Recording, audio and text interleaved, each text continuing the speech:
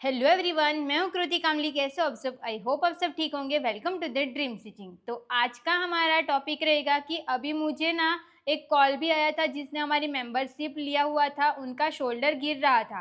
तो आप सबके लिए मैंने सोचा कि क्यों ना एक वीडियो ही डाल दूँ कि आप अगर आपका शोल्डर गिरेगा तो आपकी क्या प्रॉब्लम हो सकती है। तो आपका शोल्डर गिरता है तो सबसे पहली प्रॉब्लम होती है कि अगर शोल्डर गिरना मतलब कि अगर आपके ब्लाउज का, कुर्ती का, किसी का भी शोल्डर गिर रहा होगा ना, तो आपका उसका सॉल्यूशन क्या है? जब आप शोल्डर को, जैसे कि मेरा शोल्डर यहाँ से ऐसे गिर रहा होगा तो या तो फिर नेक लूज हो रहा होगा, तो मैं क्या करूँगी, यहाँ से शोल्डर को टाइट कर दूंगी।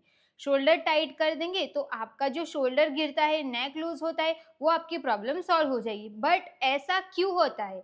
अभी हमें तो पता है कि इसका सॉल्यूशन ये है, बट आपको ये भी तो पता होना चाहिए ना कि ऐसा क्यों होता है। हम ऐसा तो क्या गलती कर लेते हैं ड्राफ्टिंग में कि हमारा शोल्डर गिर जाता है।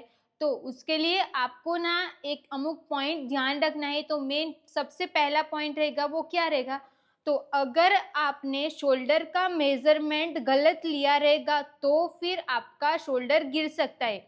ड्राफ्टिंग जैसा मैंने आपको सिखाया है सेम तरीके से आप ड्राफ्टिंग करोगे तो भी आपका शोल्डर गिरेगा। क्यों गिरेगा? क्योंकि आपने शोल्डर का मेजरमेंट बराबर नहीं लिया रहेगा। जैसे कि शोल्डर का मेजरमेंट हमें किस तरीके से लेना रहता है। शोल्डर का मेजरमेंट लेने का सही तरीका क्या है? तो आपको मेजर टेप को इस तरीके से शोल्डर पे रख देना है। इंच वाला जो पार्ट है वो आपको इस साइड पे दिखना चाहिए। आपको मिरर के सामने खड़े हो जाना है अगर आप खुद का ले रहे हो तो। फिर यहाँ से ऐसे आप अच्छे से रखो, फिर यहाँ से इस तरीके से रख के ऐसे चेक करो। ओके, तो आपको आर्म होल का पार्ट इतना रहेगा तो आपको क्लियर होगा कि नहीं मेरा शोल्डर इतना है। अगर आपने शोल्डर का मेजरमेंट डायरेक्ट यहाँ से लेके यहाँ तक ले लिया रहेगा ना, तो फिर जितना आपका शोल्डर होना चाहिए ना उससे वो ज़्यादा हो गया होगा। तो जैसा मैंने आपको ड्राफ्टिंग में सिखाया रहेगा, यहाँ से 0.25 माइनस करना है, यहाँ से हाफ इंच माइनस करना है, वो सब कुछ आपने किया रहेगा।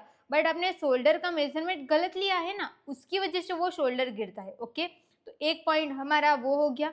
अब दूसरा पॉइंट क्या है? तो जब मैं आपको ड्राफ्टिंग करवाती हूँ ना, अब आप ना इमेजिन करना कि हम ड्राफ्टिंग करते हैं। तो पहले मैं बैक साइड का जो पार्ट है ना, वहाँ से मैं आपको समझाना स्टार्ट करती हूँ। जैसे कि बैक साइड का पार्ट हम बनाते हैं, सबसे पहले तो हम ब्लाउज का बैक साइड का पार्ट ही बनाते हैं ना। तो बैक साइड का पार्ट बनाते हैं तो हम क्या करते हैं? तो एक तो हम यहाँ पे स्ट्रेट लाइन ड्रॉ करते हैं, 1 इंच नीचे जाते हैं, 2.5 मार्क के क्रॉस लाइन बनाते हैं, फिर हम अंदर जाते हैं। वो अंदर जाते हैं पता है? तो हमें अंदर जाना पड़ता है, वो किसके हिसाब से जाते हैं? तो ये चार्ट देख के। तो अगर आपने ये वाला चार्ट देख के शोल्डर माइनस नहीं किया रहेगा तब भी आपका शोल्डर गिर सकता है। तो दूसरा पॉइंट ये हो गया। अब तीसरा पॉइंट क्या है? तो ये चार्ट करके जब हम अंदर जाते फिर ऊपर से एक लाइन ड्रॉ करते, फिर उसके नीचे से हम हाफ इंच माइनस करते। अभी मैं सिर्फ बैक साइड के पार्ट की बात करी हूँ। हम नीचे से हाफ इंच माइनस करते हैं ना, तो हाफ इंच अगर आपने माइनस नहीं किया रहेगा तो भी आपका शोल्डर गिर सकता है। और एक बात, अगर आपका ब्लाउज के बैक साइड का जो पार्ट रहता है उसकी जो नीचे वाली पट्टी रहती है, जैसे कि हम यहाँ से ऐसे राउंड शेप बनाते हैं, फिर हमारी ब्लाउज रहती है, तो नीचे वाली जो पट्टी रहती है ना, वो आपकी अगर छोटी पट्टी रहेगी, अगर आपकी छोटी पट्टी रहेगी ना, तो आपको ऊपर हाफ इंच की जगह पे आपको टोटल कितना माइनस करना पड़ेगा? 0.75 इंच।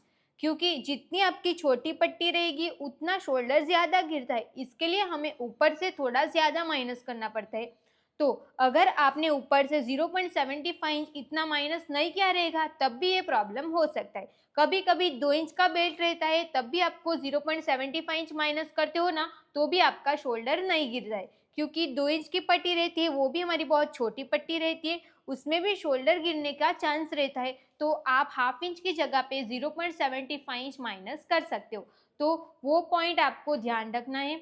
तो बैक साइड का पार्ट हमारा कंप्लीट हो गया। अब हमें फ्रंट का पार्ट देखना है। तो फ्रंट का पार्ट ड्राफ्टिंग करते टाइम भी आपको शोल्डर देखना पड़ता है।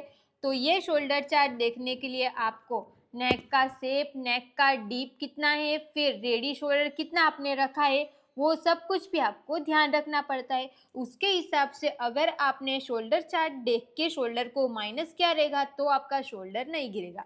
और एक पॉइंट, अगर आपका नेक का जो डीप है वो हमारी जो चेस्ट लाइन है, चेस्ट लाइन हमारी यहाँ से बनती है, चेस्ट लाइन से हमारा 1/2 इंच आपको एक मार्क करना है। अगर आपके नेक का डीप चेस्ट लाइन से 1/2 इंच तक आ रहा है तो आपको ऊपर से 0.25 माइनस करना है, और अगर उससे नीचे जा रहा होगा तो भी आपको 0.25 माइनस करना है। बहुत सारे लोग ऐसा करते हैं कि वो वाला पॉइंट आपको नहीं समझ आता है तो आप वो माइनस नहीं करते हो, इसकी वजह से भी आपका शोल्डर गिरता है। और आप सबके दिमाग में सिर्फ यही रहता है कि मैम सब कुछ हम ऊपर से कट कर देंगे तो हमारी ब्लाउज की लेंथ कम हो जाएगी। बट अभी आप ऐसा ट्राई करना, अगर आपकी ब्लाउज में शोल्डर गिर रहा होगा, नेक लूज हो रहा होगा, तो आप शोल्डर को थोड़ा टाइट करके देखना, तो आपको जो प्रॉब्लम हो रही है ना वो प्रॉब्लम आपकी सॉल्व हो जाएगी, बट आपकी ब्लाउज की लेंथ कम नहीं होगी। ओके, तो शोल्डर गिरता है ना तो आपको, आप सब मुझे कॉल करते हो कि मैम मैं जैसा मैंने बताया वैसे ही हमने तो सब कुछ किया है, तो फिर हमारा शोल्डर कैसे गिर गया। तो अगर आप हमारे ऑफलाइन क्लास में यहाँ पे हो तो मैं सब कुछ चेक कर सकती हूँ कि यहाँ आपने क्या मिस्टेक किया रहेगा, बट मैं कॉल पे ऐसे नहीं समझ सकती कि आपने ऐसे तो क्या मिस्टेक कर दिया रहेगा कि आपका शोल्डर गिर रहा है।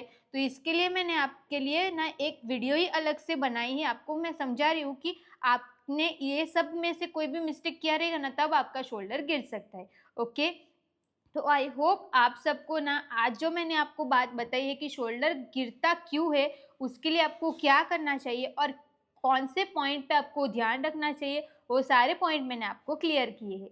ओके, तो आज आप सबको आज की मेरी क्लास कैसी लगी कमेंट करके ज़रूर बताना, and thank you so much for watching this video. Video अच्छी लगी हो तो प्लीज़ वीडियो को like, comment, share and channel को प्लीज़ सब्सक्राइब कर देना। मिलते अब नेक्स्ट वीडियो में। Thank you so much.